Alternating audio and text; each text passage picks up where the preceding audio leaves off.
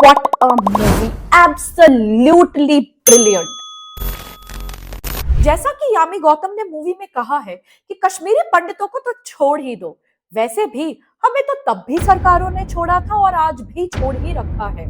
Article 370 cinema और brilliant cinema के बीच के फासले को खत्म करती है। अगर आप एक मूवी लवर हो तो आपको आर्टिकल 370 जरूर देखनी चाहिए। Coming back to the point, ये मूवी पॉलिटिशियंस की कंफर्टेबल एंड लाविश लाइफस्टाइल को ब्रिलियंटली एक्सप्लेन करती है और ये भी बताती है कि कैसे वो लोग अपने फायदे के लिए जनता को आपस में स्ट्रैटेजिकली लड़वाते रहते हैं। आर्टिकल 370 एक पॉलिटिकल थ्रिलर है और अगर आप इससे एक्शन थ्रिलर की एक्सपेक्टेशंस रखते हैं तो शायद आप थोड़ा सा डिसअपॉइंट जरूर होंगे।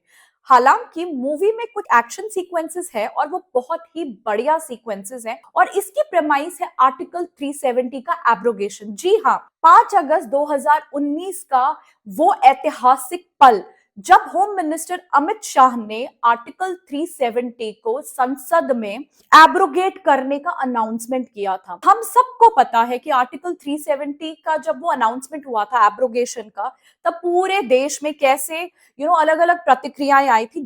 हालांकि जनता बहुत खुश थी, लेकिन कुछ पॉलिटिकल लीडर्स को मिर्ची लग गई थी। लेकिन क्या आपको पता है कि आर्टिकल 370 को एब्रोगेट करने के पीछे गवर्नमेंट की, इंटेलिजेंस एजेंसीज की और भारत की सिक्योरिटी फोर्सेस की क्या प्रिपेयर्डनेस रही है? आई एम श्योर आपको नहीं मालूम होगा। That's precisely why all of you all should go out and watch this movie because ये मूवी इसी सवाल का जवाब बहुत ही ब्रिलियंटली एक सिनेमैटिक एक्सप्रेशन के थ्रू देती है। अब बात करते हैं परफॉर्मेंसेस की। करो ना भाई, क्यों नहीं कर रहे? मूवी प्रोड्यूस की है आदित्य धर ने, जो खुद एक कश्मीरी पंडित है, एक जेनोसाइड सर्वाइवर है, एंड वी डोंट थिंक कि anybody else could have done this more brilliantly. As a young film maker, Aditya Dhar has taken the liberty of conceptualising this movie through the lens of a Kashmiri Pandit. And Yami Gautam, जिन्होंने इस movie में protagonist जूनी हक्सर का किरदार निभाया है, she is married to Aditya Dhar and she is a Kashmiri बहू। And trust me, जिस brilliance से यामी ने जूनी का कैरेक्टर प्ले किया है, आपको एक मिनट के लिए लगेगा कि वाकई में किसी कश्मीरी पंडित ने उस किरदार को निभाया है। She is actually gotten into the skin of the character और उन्होंने जिस बखूबी से इस किरदार को निभाया है, आई एम टेलिंग यू, आपको एक मिनट के लिए भी नहीं लगेगा कि आप बॉलीवुड सिनेमा देख रहे हैं। जी हाँ, बिल्कुल सही सुना आपने। Yami has actually lived the character और साथ ही साथ आप इमेजिन कीजिए उनकी ब्रिलियंट परफॉर्मेंस की, कि हमें भी जब हम मूवी देख रहे थे तब हमें भी ऐसा लग रहा था कि हम भी उस स्टोरी का एक हिस्सा है और हम भी उन किरदारों के साथ साथ, हम भी उस स्टोरी लाइन के साथ साथ चल रहे। In fact I could imagine my self in Kashmir, I could imagine my self in Delhi, and I could actually imagine my self की ऐसे लग रहा था जैसे वो मेरी ही स्टोरी हो। और हाँ, यामी गौतम ने इस मूवी में एक 2 मिनट का मोनोलॉग दिया है, and that monologue, hats off to her, it is so brilliant. Why? Not just because she has delivered it, it's not just about the speech, but उस मोनोलॉग में यामी ने टेररिज्म इज अ बिजनेस को इतनी brilliantly, इतनी बखूबी से पेश किया है कि जब आप उसे सुनेंगे ना तो आप समझ जाएंगे कि कश्मीर, कहते हैं ना, Kashmir is a pot boiler. क्यों? कश्मीर की प्रॉब्लम ऐसा नहीं है कि मोदी जी आए तभी सॉल्व हो सकती थी। नो, कश्मीर की प्रॉब्लम का हमेशा से एक सोल्यूशन था, बट यहाँ की सरकारें या जम्मू कश्मीर की सरकार या भारत सरकार या वहां के लोग या कैसे उन्होंने टेरर को एक इंडस्ट्री बनाकर कश्मीर में अपने लाइवलीहुड को जिंदा रखा। This is exactly what this movie has completely portrayed, and I am suggesting आप समझना चाहते हैं कि क्यों कश्मीर के हालात और उसकी बैक स्टोरी को, कि ये सब कैसे होता रहा। जैसे कि आपको याद होगा कि बुरहान वानी की जब एनकाउंटर हुआ था, उसके बाद कश्मीर में पत्थरबाजी का एक नया ईरा अशर हुआ था। This movie explains that brilliantly, and yes, this movie has touched upon sensitive subjects, and hats off to the makers once again. Because I don't think किसी ने भी इतनी बॉलीवुड में, आप सबको पता है कि what kind of cinema has Bollywood been producing of late, but अभी कुछ टाइम बॉयकॉट ट्रेंड के बाद शायद से कहीं ना कहीं बॉलीवुड में एक wave of change, and we as cinema lovers और मूवी गोवर्स, हम में भी वो उत्सुकता पैदा हुई है, because Bollywood has started churning out some brilliant movies.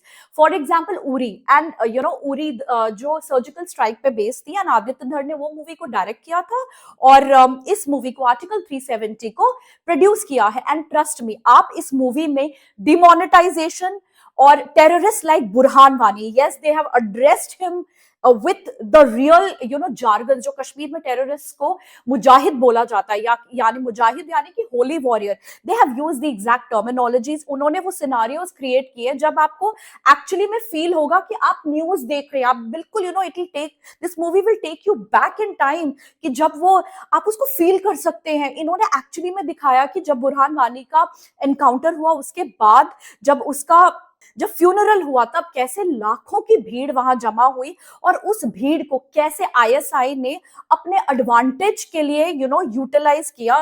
Not just that भीड़, उस मोमेंट को, इन फैक्ट इस मूवी में आर्टिकल 370 में इन्होंने इतनी ब्रिलियंटली ये दिखाया है कि नैरेटिव्स कैसे सेट किए जाते हैं.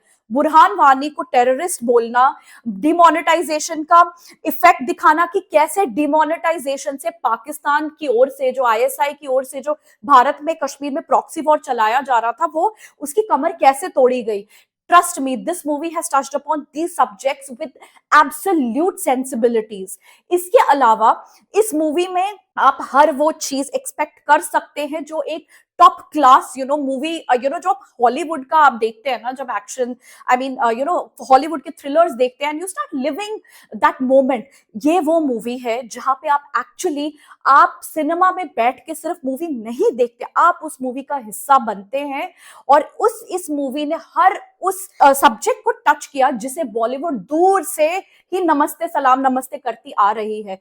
And this is perhaps a new wave of cinema that has ushered in, and hats off once again to the makers, hats off to the performance. And yes, I forgot to mention obviously the producer, उन्होंने किस तरह से इस movie को conceptualise किया गया है, क्योंकि इस मूवी में बहुत सारे कश्मीरी पंडित एक्टर्स को लिया गया है, और उनकी परफॉर्मेंसेस में वो कश्मीर का बहुत they have been able to bring that character to the big screen. उन्होंने रॉ कश्मीरी यूज की है. Not just that, there are certain gestures जो कि हमारे कश्मीरियों में बहुत कॉमन है, दे हैव यूटिलाइज्ड दैट. उन्होंने वो जेस्चर्स, वो मदर टंग इन्फ्लुएंस, वो किस तरीके से बात करना, इनफैक्ट वो रॉ कश्मीरी बोलना, वो सब कुछ आपको इस मूवी में मिलेगा. And in fact I was very happy as a Kashmiri Pandit when I went to watch the movie. I am actually more than happy, and more than happy कि इस तरह का सिनेमा बनाया जा रहा है. एंड यस, आर्टिकल 370 आपको इसलिए भी देखनी चाहिए क्योंकि कहते हैं ना, the tip of the iceberg हमने देखा जब आर्टिकल 370 का वो डिसीजन आया, उसके बाद जो नैरेटिव्स चले, या उसके बाद कैसे सरकार ने वो डील किया, कैसे जम्मू एंड कश्मीर में कम्युनिकेशन को कुछ देर तक बंद रखा, इंटरनेट को बंद रखा, और उस आंदोलन जीवियों ने कैसे उस मोमेंट मार्केटिंग को कैप्चर करना चाहा, देश के अगेंस्ट एक सरकार के अगेंस्ट वेव चलाने की कोशिश की. उन सब मुद्दों को इस मूवी ने टच किया है. लेकिन जो उसके नीचे, जो टिप ऑफ द आइसबर्ग के नीचे, जो आइसबर्ग जो पानी के अंदर रहता है, इस मूवी ने उसको बखूबी सिनेमैटिक ब्रिलियंस के थ्रू एक प्रेजेंट किया है.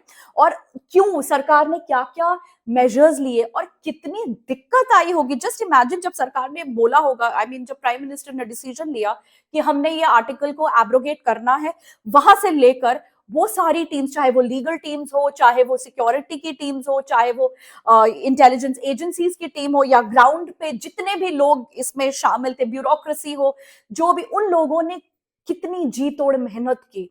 And this movie is actually a tribute to all those unsung warriors who made the abrogation of Article 370 possible. जय हिंद, जय भारत.